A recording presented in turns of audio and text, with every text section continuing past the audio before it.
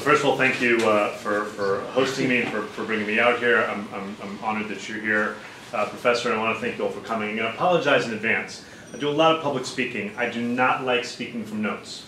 But I'm going to have to speak from notes today because this is an area that's a little bit outside my area of expertise. You'll look through, I'm sure you will all go out and buy at least one copy of the book, and I thank you in advance from the bottom of my son's college funds, and I do mean the bottom. And you will see there's very, very little on anti-Semitism. I don't think the word anti-Semitism appears. The word Jew or Jewish barely appears. And that, frankly, was on purpose. The purpose of writing this book was there's this huge debate out there, what is Hezbollah? Because Hezbollah is many things. It is a political party in Lebanon. I mean, you like Hezbollah, you don't like Hezbollah, there's no denying it is a political party in Lebanon. It is a social welfare provider in Lebanon. It is a standing militia. And there actually is a decent amount of literature out there on Hezbollah on all of those types of things. That is to say, the kind of public personae of Hezbollah. But if you looked, and I did, there was almost nothing out there on Hezbollah's international activities, its illicit conduct, ranging from terrorist plots to procurement of arms and weapons, including, by the way, a significant amount in Canada, logistical support, criminal activity, fundraising, all of those things across the board, including, of course, actual terrorist plots. And that just seemed to me strange. And so after 9 years of research and writing, this book came out, and the purpose was to focus explicitly on that conduct. At one point there was going to be a chapter on Hezbollah's communications elements and strategy, which would have included an element in anti-Semitism, but the book, which I expect would be very short, because after all, how much material do you really think you're going to collect on the covert side of an organization, right? The stuff that was out there before is all the overt stuff that if you went and you interviewed someone from Hezbollah, they'd talk to you about it. This is the stuff you can't ask them about. In fact, one of the things that prompted me to write this book is, make a long story short, I was invited to attend a US government-sponsored conference by invitation only, but unclassified, for current and former US intelligence analysts on Lebanon, Hezbollah type of stuff. Not just Hezbollah, not just militancy. And when they got to the militancy part of things, speakers got up and they said, well, Hezbollah's never done any of the things around the world you're saying. They're just a political organization.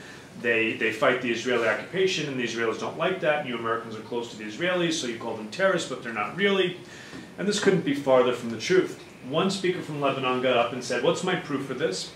I went and I got an audience myself with Hassan Nasrallah, the Secretary General of Hezbollah, and I asked him eye to eye, I said to him, yes, Sayyid, using his honorific, does Imad Mughniya, the purported head of Hezbollah's terror swing that the Israelis say exists, but I don't believe exists, says this academic, she says to him, to Nasrallah, does he exist? And Mughniya says no.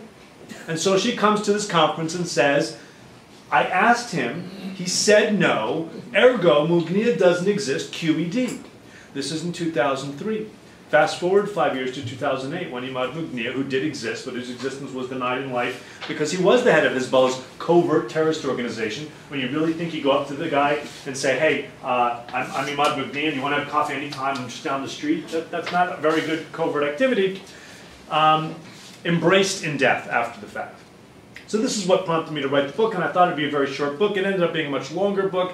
I didn't touch any of this stuff that we're going to talk about today.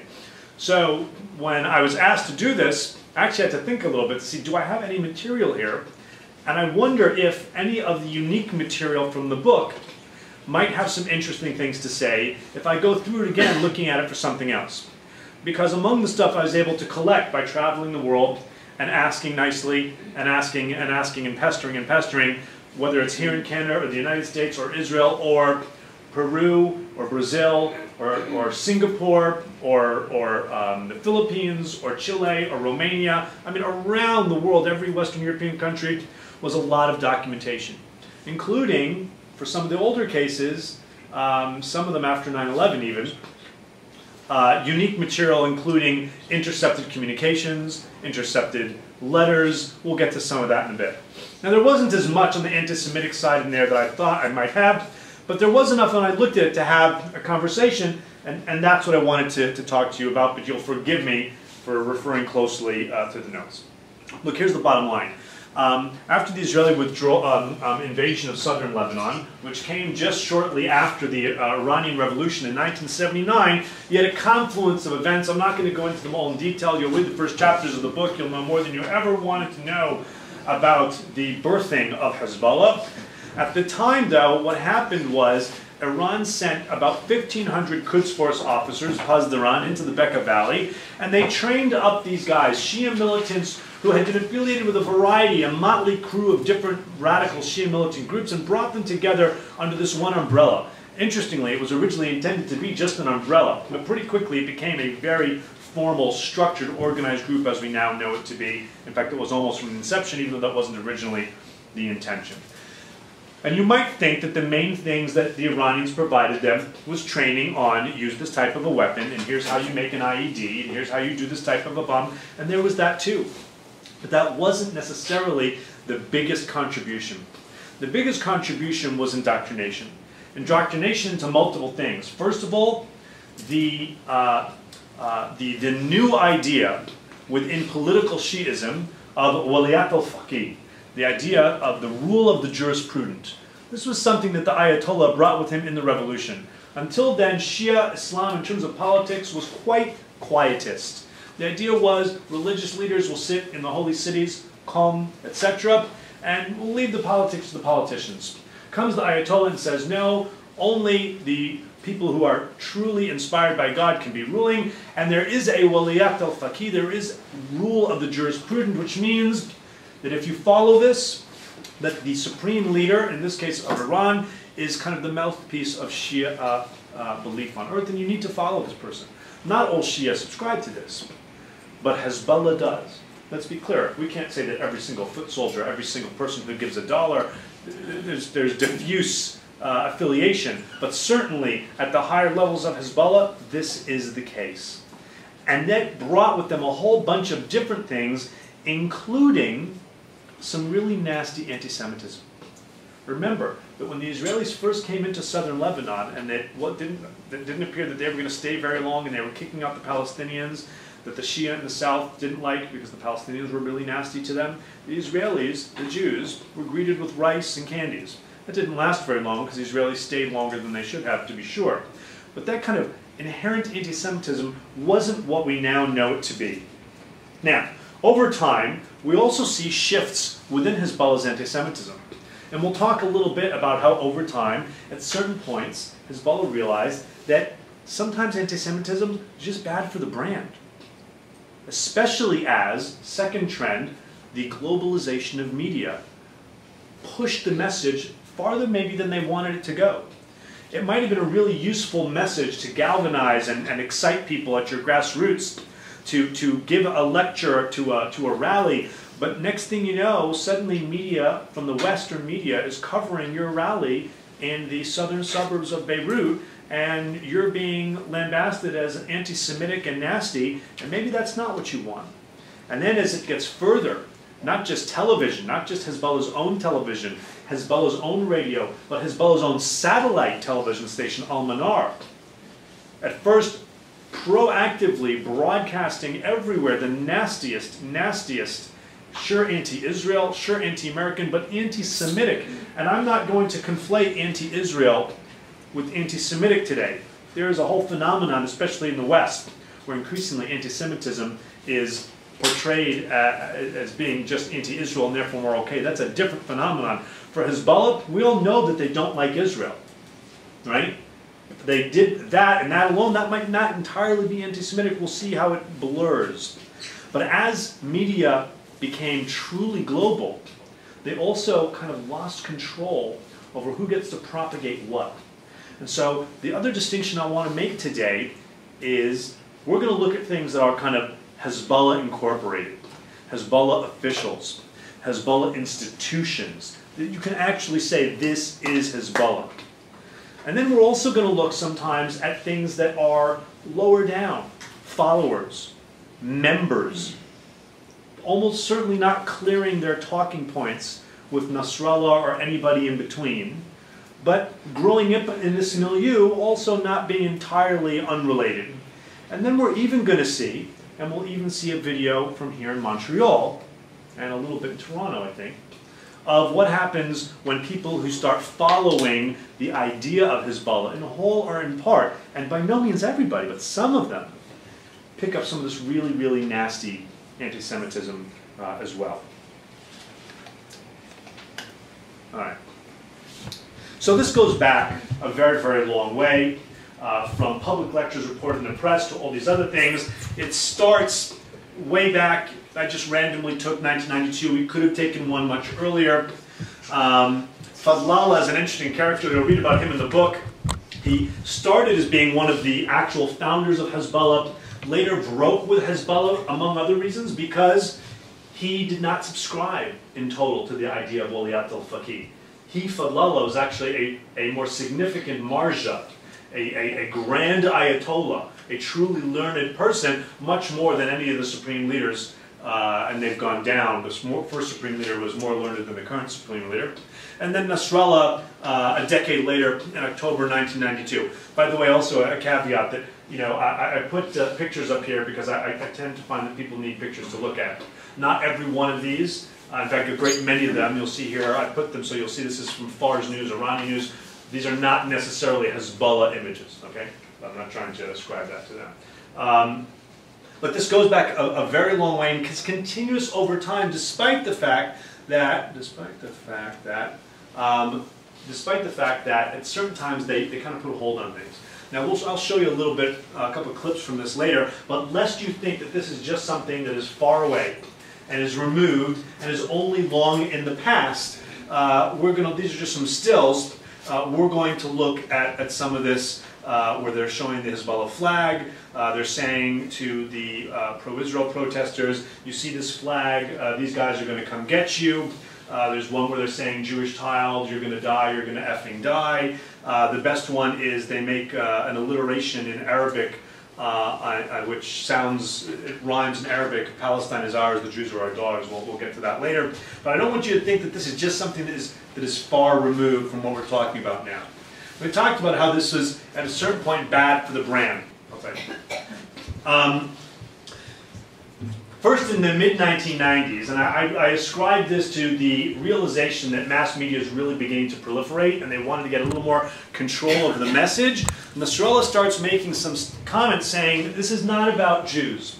This is about Israel. This is about Zionism. We don't accept Israel's right to exist, but this is not about Judaism, Jewish people, the Jewish religion. But I just want to point out that for anybody who tells you that, you know, he first starts talking about this around March 1998. In May 1998, just 2 months later, saying something very, very different when he's noting that regrettably, an important date on the Islamic calendar, the 10th of Muharram this year, coincides, he says, with the 15th anniversary of the historic catastrophe, the Nakba, the tragic event, namely the establishment of the state of the Zionist Jews. It's not the state of Israel, it's not the Zionist entity, it's the Zionist Jews, mind you, descendants of apes and pigs on the land of Palestine, the holiest of our places. If he'd taken out just apes and pigs, maybe he could have said, well, when I said Zionist Jews, I just meant that the Zionists in Israel, they're Jews. When he gets into descendants of apes and pigs, it's quite clearly got some of the nastier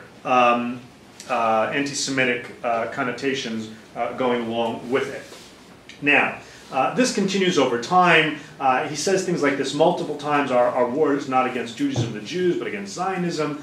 And in fact, if you look back, and I did, at Hezbollah's official website, at their posts, almost none of Nasrallah's speeches where he talks about anything anti-Semitic still appear on the website. You've got to look elsewhere. You've got to look at collections of his speeches that have been printed in books and elsewhere. Again, they kind of have a sense that it's bad for the brand. Now in 2002, the news director for Hezbollah's Al-Manar television station, at first was television, became satellite television station, he told an American journalist that anti-Semitic remarks were banned from Al-Manar's broadcasts. In the very same breath, the director also mentions that he's considering a new program, he's very proud of it, on scholars who dissent on the issue of the Holocaust. So he's presenting this in kind of academic veneer, but he's obviously getting at the point. Hezbollah goes even further in 2005. They invite 4 anti-Zionist rabbis at a pro-Palestinian conference in Beirut, which was also attended by Hamas and others.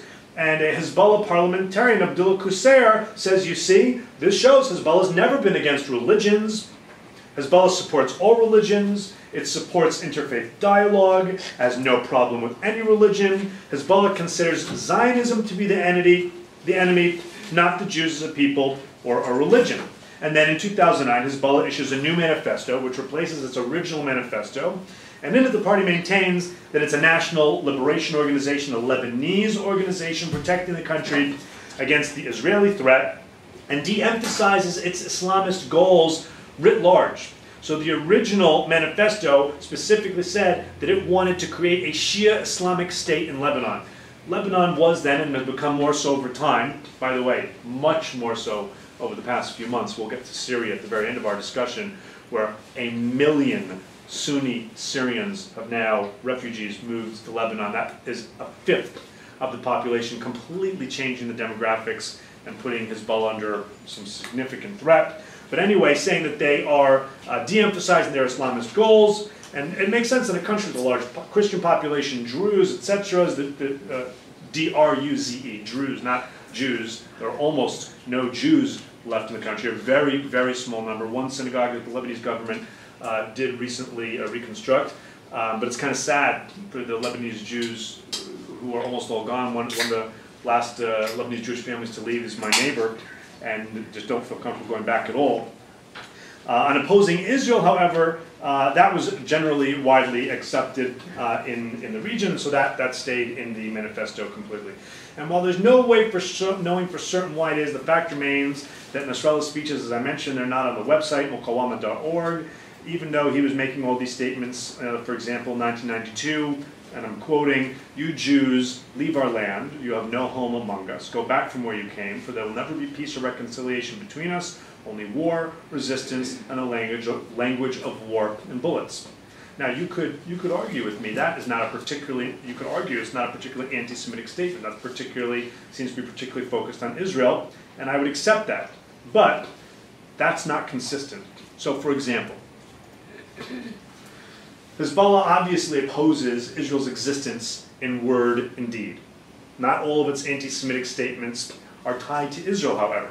In 1997, Hezbollah expressed concern about this movie, Independence Day, which I found disturbing because I really liked it at the time, in which a Jewish actor plays a Jewish scientist, along Will Smith, who plays an Air Force pilot, defending the planet against alien invasion. You might ask yourself what problem Hezbollah has with this. Well, I will tell you, Hezbollah says, and I quote, that this was propaganda for the so-called genius of the Jews and their alleged concern for humanity, end quote.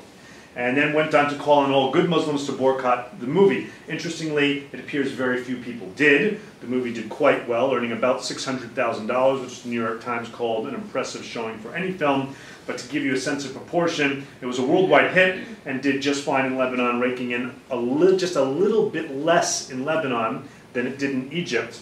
Egypt's population is about 15 times larger than Lebanon's.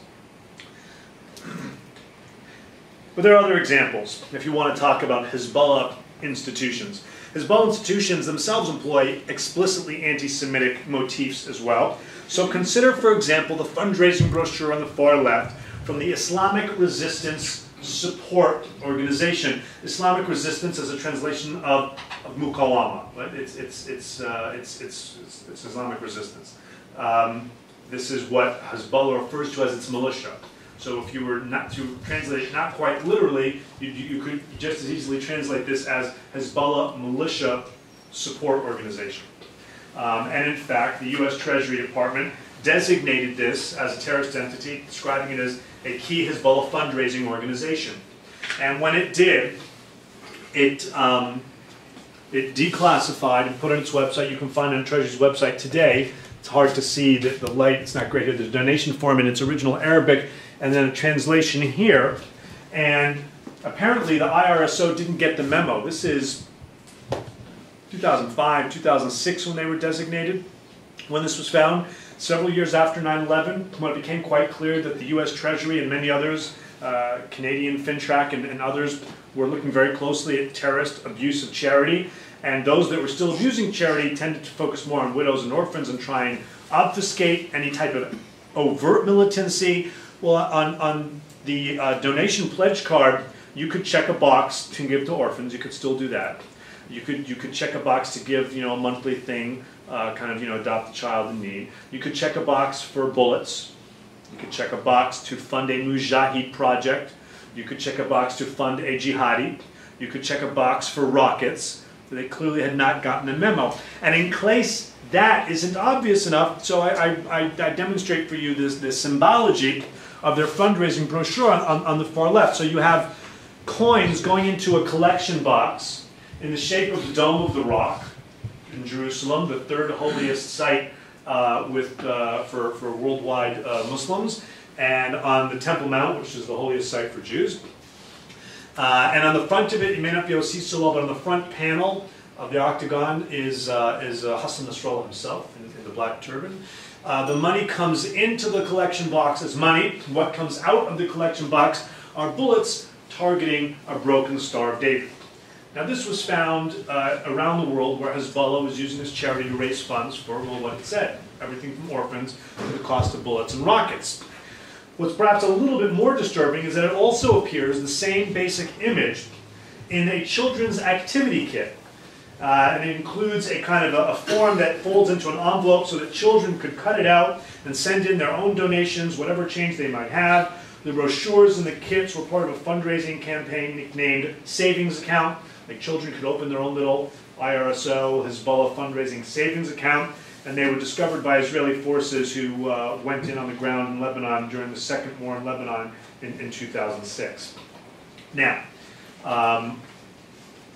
children is an important and disturbing theme.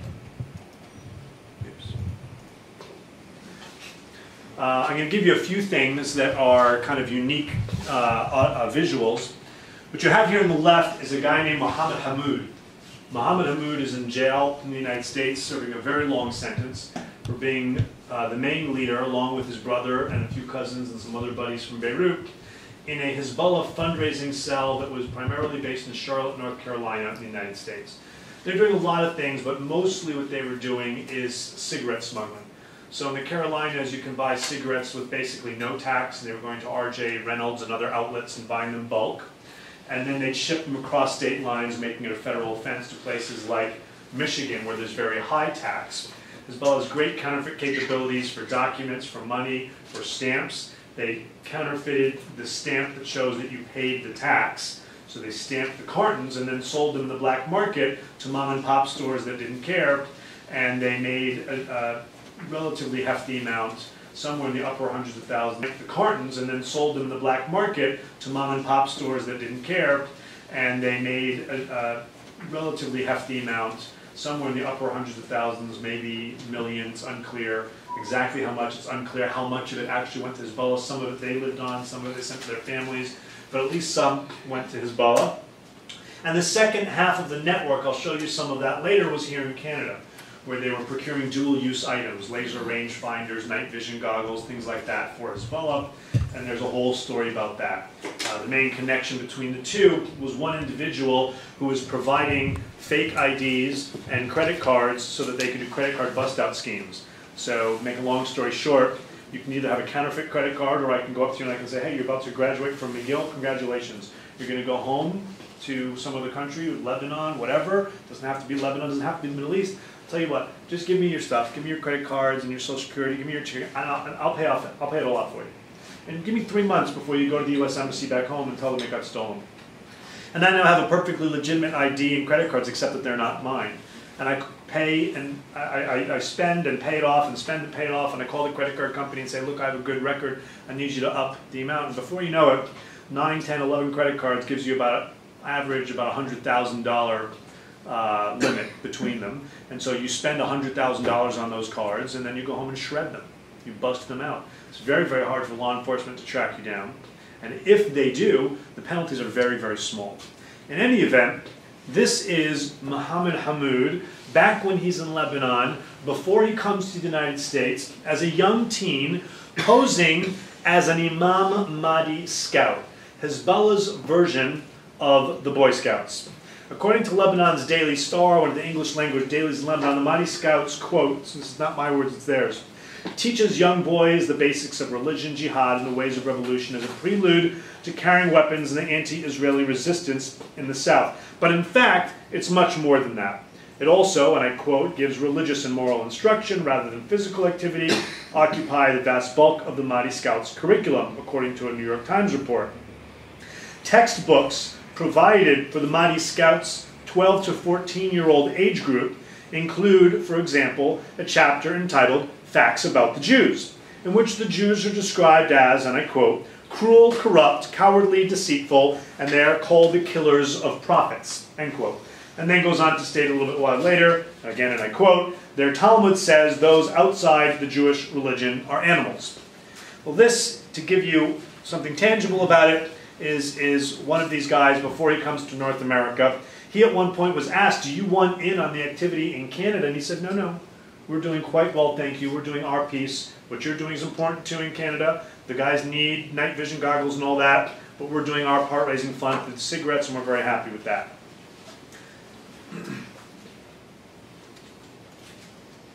There are other ways in which the anti-Semitic tendencies have practical ramifications beyond raising funds for explicitly militant behavior or recruiting the next generation. For example, a fatwa, or a religious edict, that was issued by Shia clergy. We think it was Iranians for Hezbollah, we're really not sure.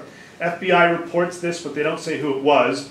Provided Lebanese Shia drug dealers with a theological basis justifying their drug business with Western consumers, saying, we are making drugs for Satan, America, and the Jews. If we cannot kill them with guns, so we will kill them with drugs. And this was echoed in a 1994 FBI report, which talked about the same thing. Now, if you break down, if you kind of take a step back, and you try and break down the thematic Jew-hating that you see in this type of literature and in these organizations, it comes down to four basic categories. One is denigrations of Jewish character. Another is abuse of Judaism as a religion. A third is traditional and non-traditional Jewish conspiracies. And the last is portraying Judaism as being in inherent conflict with Islam. Therefore, if you're a true believing Muslim, you must have an issue with the Jews because Judaism is in direct conflict with us. Or at least that is the message that they try and put out there. So let's walk through a few of these. Reminding you, most of the images are not actually Hezbollah, including this one. This is not Hezbollah. Jewish character. So for example, most of these seize upon and propagate the kind of Shylock type of stereotypes of the greedy, power-hunger, and cowardly Jews. Says Nasrallah in 1997, if we search the entire globe for a more cowardly, lowly, weak, and frail individual in his spirit, mind, ideology, and religion, we will never find anyone like the Jew. I am not saying the Israeli. We have to know the enemy we are fighting, he says in 1997. Right around the same time of that earlier slide where he was saying, our issue is not really with the Jews. There was clearly an issue of audience, depending on who he was speaking to.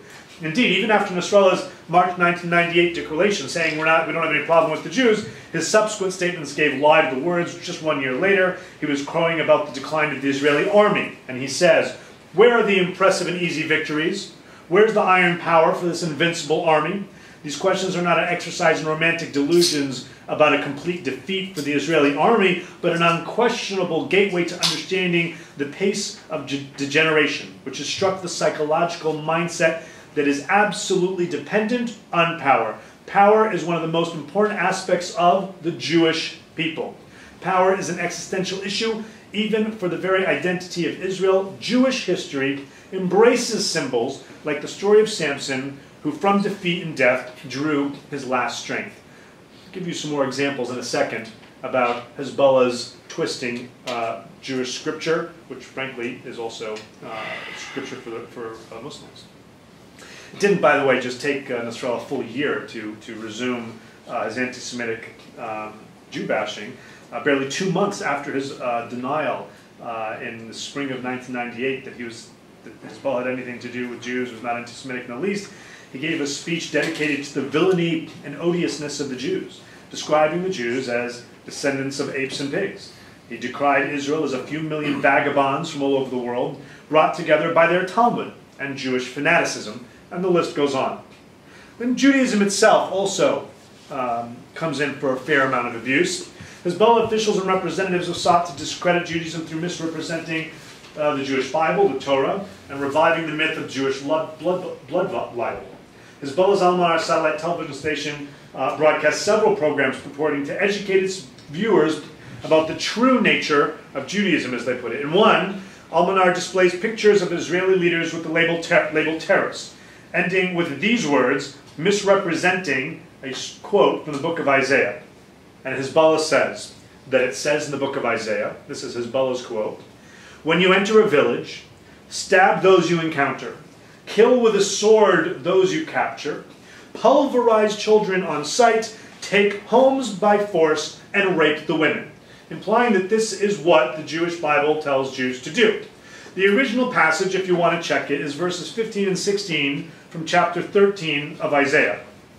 And these are, in fact, a prophecy of the retribution that could fall upon Babylon, could fall upon the Jews if they don't listen to the word of God. It's all in the passive voice, not a command, and it's all saying what could happen to the Jews if they don't behave, not by in any means what the Jews should do.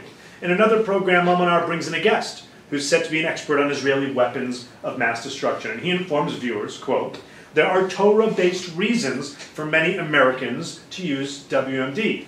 You notice it's now Torah-based and the Americans, because the Jews control America. Therefore, it's essential that there be a world and Arab movement against this Torah-based project.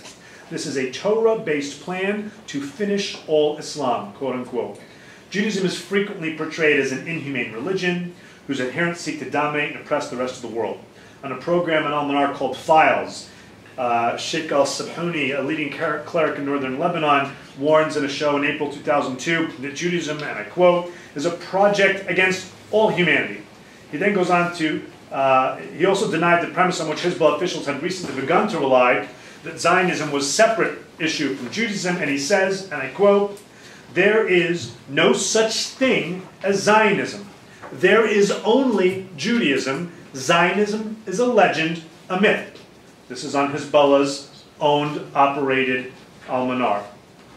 Despite these programs, Al-Manar continued to broadcast, by the way, in Europe and the United States. In February 2004, Al-Manar aired a series that galvanized Western governments to take action. France in 2004, the Netherlands in 2005 took Al-Manar off the air. In 2006, the US government designated it a terrorist entity and also barred it from US Airways. Germany in 2008, and it goes on and on. And the reason, or at least what prompted it, is this. Now, the link is there. You can go watch the video if you want. I originally had the video embedded in the slides. It's just too disgusting. It's just too disgusting. And it's a show called Al-Shatat, the Diaspora, reviving the blood libel, in which a cute little kid is asking, please, please, don't do this. And Jews abduct a Christian child and use their blood to make their Passover matzah, the unleavened bread that Jews eat on Passover. And in the relevant scene, a Jewish rabbi plots to find a sacrificial Christian child. The boy begs for mercy, addressing one of the Jews by name, only to have his throat slit and his blood very slowly collected into this plate and down the middle, and it's horrific. It's clearly a reenactment, but it's presented like this is the real world. Hezbollah anti-Semitism also parlays modern-day conspiracy theories. So less than a week after 9/11, Al-Manar broadcast posited that Israelis and Jews were complicit in the 9/11 attacks. By this account, 4,000 Jews survived the attacks. Why? Because Israeli intelligence warned them of the impending disaster ahead of time, and they didn't go to work on September 11th. Now, Hezbollah, by the way, condemned 9/11, but that didn't stop them from putting forth this idea that somehow the Jews knew and they weren't there and let everybody else die. Similarly, Hezbollah leaders alternately deny the Holocaust or claim that the Jews themselves intentionally incited it. So in 1998, Mohammed Rad, the head of Hezbollah's political council, said, and I quote, "From what we know of the Jews, their tricks and their deceptions, we do not think it unlikely that they partook in planning the Holocaust. At a minimum, they prepared the foreground which incited the Nazis to the Holocaust killings so that they could serve their settlement project in Palestine. Wrap your heads around that. They incited the Holocaust so that they could come and take our land. The Jews are also attempting to Judaize Jerusalem, forcing out Muslims and Christians, destroying the holy places. Jerusalem for the Israelis is a critical issue, Nasrallah says, and their plan for it is to become a Jewish city.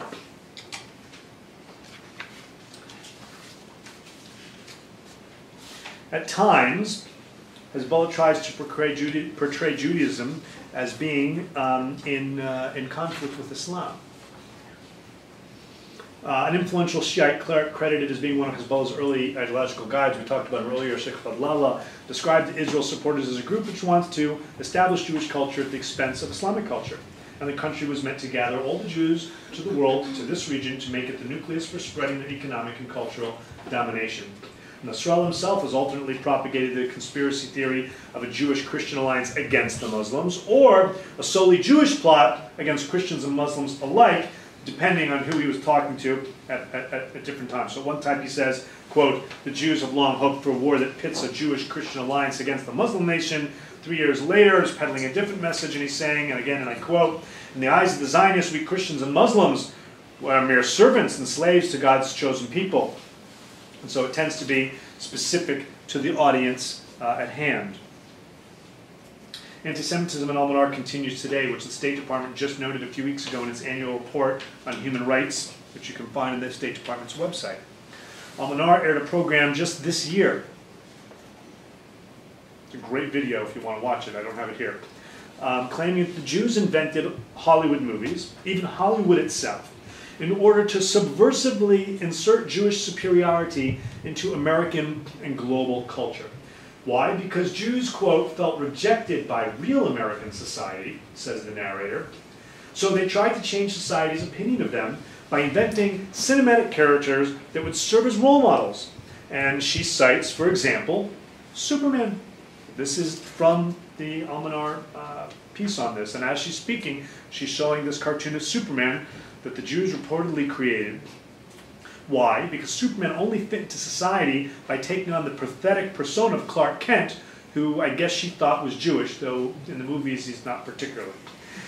The Jews, according to the narrator, slyly implied that their weak public face hid some true superhuman identity. Quote, "Hollywood is a Jewish invention that changed the way Americans view America. Undoubtedly, the goal was to take over the greatest superpower in the world." So though a Western audience may find this to be a little bit silly, this is what is being put forth on Hezbollah's station. So let's go back to Canada. The trickle-down effect. Let's talk a little bit of Hezbollah's anti-Semitism as portrayed by its followers. We're outside now the formal structure of Hezbollah. We're outside Al-Manar. We're outside the Mahdi Scouts. We're outside the Islamic Resistance Support Organization that you can say this is parts and pieces of Hezbollah Incorporated. What about some of their operatives abroad? What you're looking at is a photograph of some Hezbollah operatives here in Canada. This is a surveillance picture that was taken by CSIS, your intelligence service. And the reason I have it and can show it to you today is because in this Charlotte, North Carolina trial, 2002, 2003, CSIS provided about 110 pages of declassified summary transcripts of intercepted telephone communications that they took of these Hezbollah guys, and a small number of surveillance photographs. This is part of the public record. You can find this online, frankly.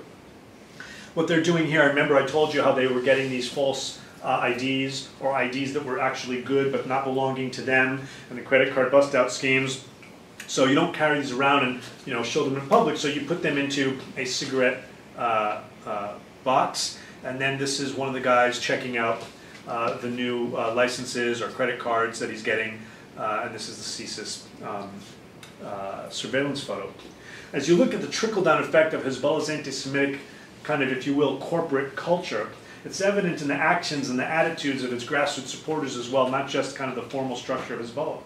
Even when the party's official stance denied any anti-Semitic leanings, insisting its beef was limited to Israel and Zionism, the shift has not always been reflected among its followers. In fact, this may be a factor as to how deeply ingrained anti-Semitism is in the culture of Hezbollah, and how this early on is developed in the development of young Hezbollah adherents, as we saw in the case of the Mahdi Scouts. And again, the head of the parallel element here grew up in the Mahdi Scouts. And so it shouldn't surprise that anti-Semitism is prevalent among Hezbollah's official members and operatives, but among their sympathizers and followers as well.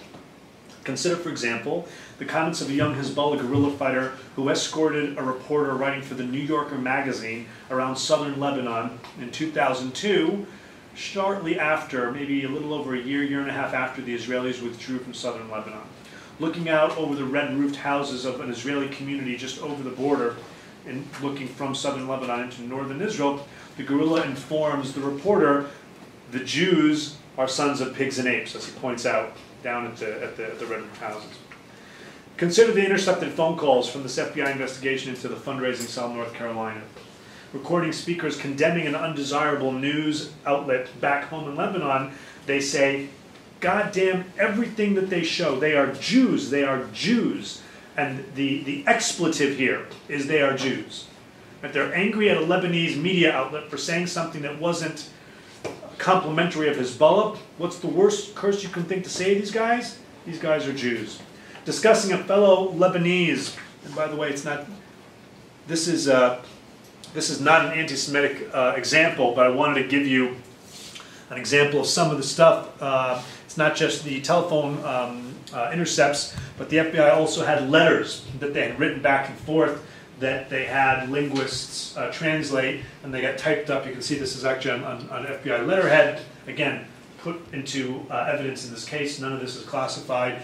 In this case, this is not anti-Semitic. This is anti-American. I put this up just so you can see some of the different types of stuff that was collected in this case, and that I went through to look for some of these examples.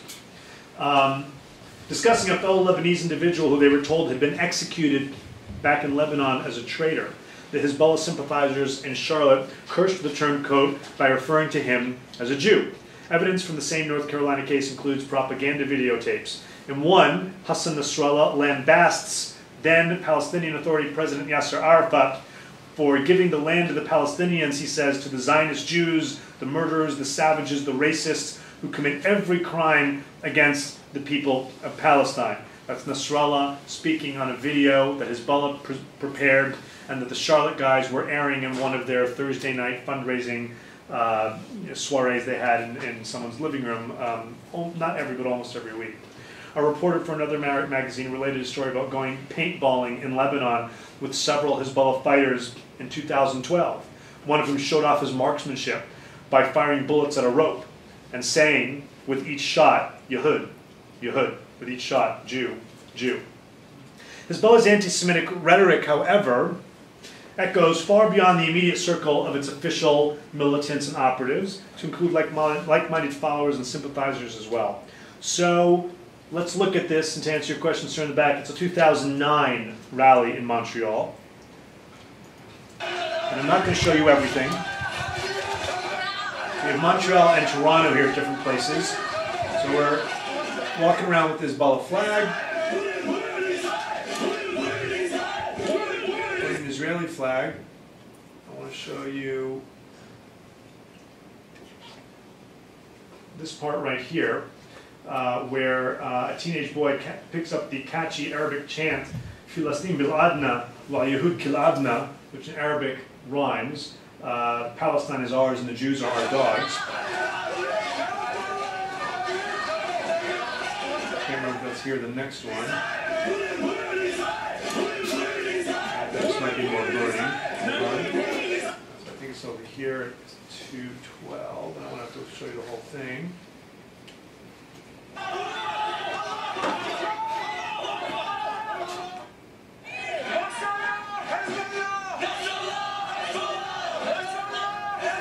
I'm not saying these guys are Hezbollah. You can't say that. They're clearly sympathizers, like-minded followers. All right.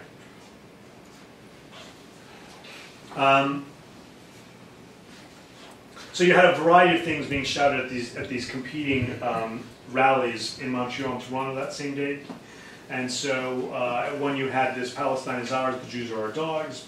The same day at another rally featuring flags of Hezbollah and the Palestinian flag in Toronto, a woman is shouting out, and you find yourself, Jewish child, you are going to effing die. Only she takes great pleasure in alliterating the F word many times over. And it's a little bit disturbing in particular because it's targeting a child. If you take it to today, it's really interesting. What we're talking about is not just anti-Semitism. Anti-Semitism is a form of racism. Racism is the problem. And Hezbollah today, their biggest problem is not the Zionists, it's not the Israelis, and it's not the Jews. They like it to be, they try and make it some way to pretend to be, but their biggest problem are Sunni rebels. Their biggest problem is that they are not fighting in the south against Israel, they're fighting in the east in Syria. And this is boomeranging back to them in terrible ways, including terrorism targeting their communities. And I don't have much sympathy for Hezbollah, but I denounce those acts of terrorism as much as I denounce any other act of terrorism. There's no excuse for targeting civilians of any kind. But you now have a situation where if you look at the nasty, nasty racism that's cutting both ways, the Shia to the Sunni to the Shia, the only thing that they have in common is that they both don't like the Jews. And when they really want to get angry at each other, they say, you, Sunni, or you, Shia, you are worse than the Jews. And there are many different examples of that, including, for example, a variation, they'll be called the Safawi, which is kind of recalling the Safavid dynasty. Sunnis will call the Shia Safawi, which is supposed to be a derogatory, and sometimes as a neologism, they'll call them Sahyus Safawi, as in Sahyuni, that is Zionist, right? So your Zionist Safavids, to imply a conspiracy that involves somehow involves the Jews. This ugly sectarian language, if you're interested, by the way, a colleague of mine, Aaron Zellen, two colleagues, Aaron Zellen and Philip Smythe, wrote a really excellent article for Foreign Policy online. You can go online and find it, walking through the nasty, nasty racist lexicon of what they're calling each other and what these things mean. It actually says a lot. It's really, really nasty stuff. And a lot of it, some of it includes things that they try and bring in the Jew, because there's nothing worse than showing that you're in tandem with the Jews. Today, the bottom line is Hezbollah's in a decent amount of trouble. It's in trouble because of its activities in Syria more than anything else. But this is coming on top of other things.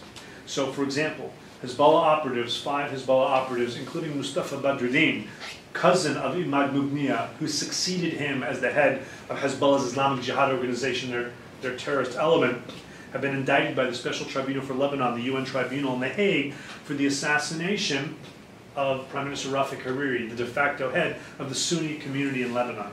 It's increasingly difficult for Hezbollah to get up and say publicly what it's been trying to put forward for several years now, especially since the Israeli withdrawal in 2000. And then again, after Hezbollah dragged Israel and Lebanon both into a war neither country wanted in 2006. And again, after Hezbollah took over downtown Beirut by force of arms in 2008, literally killing fellow Lebanese. The government of New Zealand, when they banned Hezbollah's military and terrorist wings, they specifically noted the takeover of downtown Beirut and killing fellow Lebanese as an act of international terrorism under New Zealand's definition. All of these, increasingly, with each action, 2000, 2006, 2008, Hezbollah had to increasingly try and push the idea that A, they are not terrorists, they are resistance, that this is a noble idea, and that they are protecting Lebanon from the Israeli enemy. Right now, as we speak, the new government in Lebanon is debating, right now, will the policy statement of the new government include this tripartite statement? The people, the army, and the resistance. Will the new government give some type of umbrella to the idea of Hezbollah as the resistance, as if it's doing this for the government, and they're pushing back? They're also having a very hard time saying the other thing that they've been pushing very hard, which is, we do in Hezbollah only what is in the Lebanese interest. We never do things that are only in the interest of the Shia, our core constituent community, or Hezbollah, the party, or Iran, our primary external benefactors. It may be in those interests too, but we are acting in the Lebanese interest.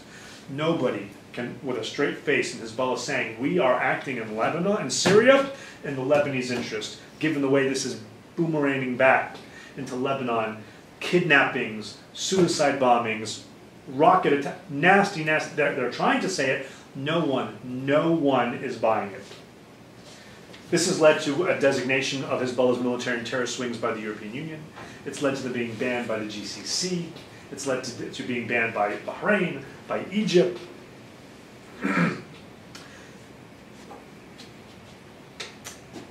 But it's interesting. All of this, it's not just a matter of words. It's not just a matter of demonizing the other. It's not just a matter of building cohesion within your unit, being the vanguard against something. There are tangible operational consequences to this, and there always have been. In the book, I collected over time lots and lots and lots of declassified information.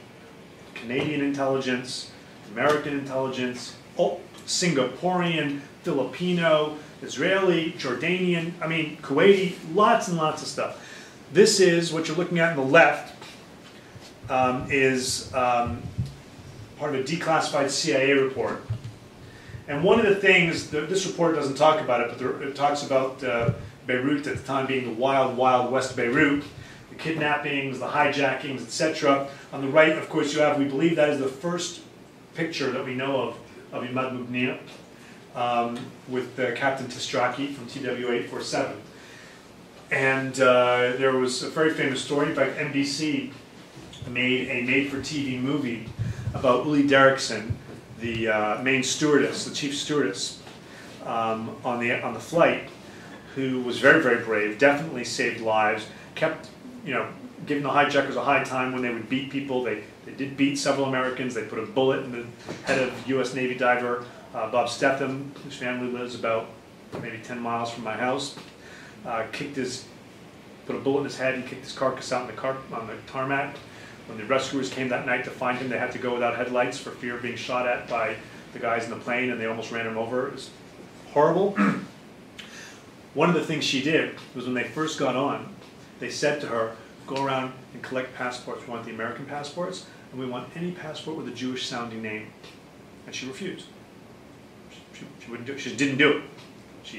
There's no way not to get Americans, but she wouldn't just go around asking for Jewish names.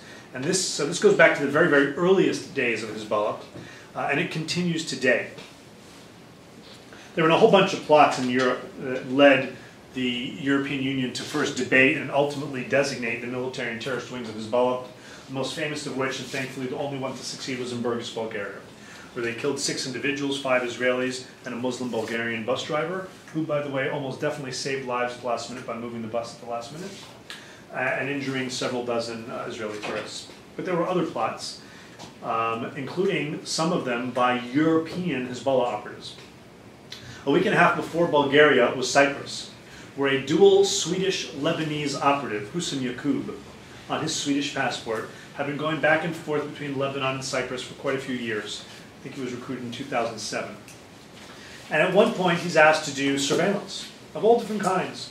Do surveillance of this hotel, he did it. Do surveillance of that hotel, he couldn't because it was under reconstruction.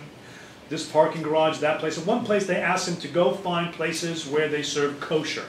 He didn't know what that meant. He had to look it up and find out that some Jewish people eat kosher food. Right? So either Hezbollah really just likes kosher cuisine, or they were looking for a place where you might find Jews. And I submit that it's the latter. And this will blow your mind.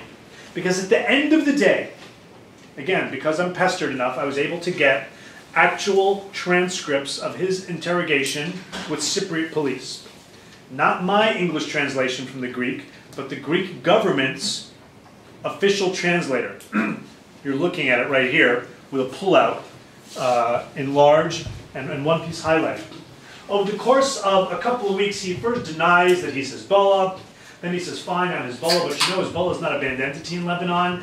And at the time, it wasn't in Cyprus either. This obviously is before the EU banned Hezbollah, although this action happened when Cyprus held the rotating presidency of the EU, so go figure.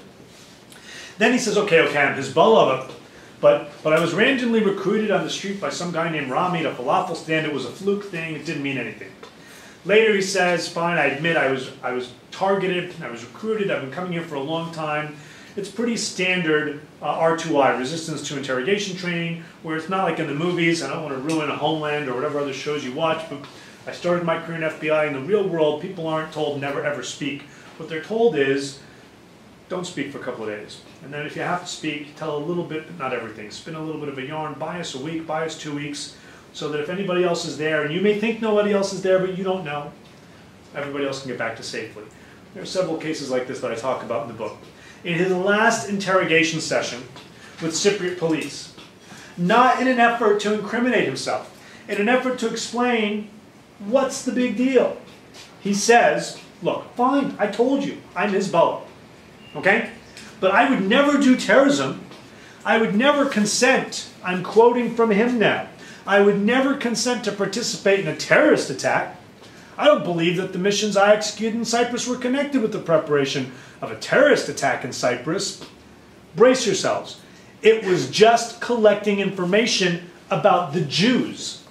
This is what my organization is doing everywhere in the world. Not the Israelis, not the Zionists, but the Jews. This is pretty serious stuff. It'd be bad enough if this was just nasty, nasty racism to demonize the other. But it ends up having very, very tangible operational consequences as well. I want to thank you all for coming. I'm happy to take whatever questions you may have. Yes. And thank you. I want to ask a question.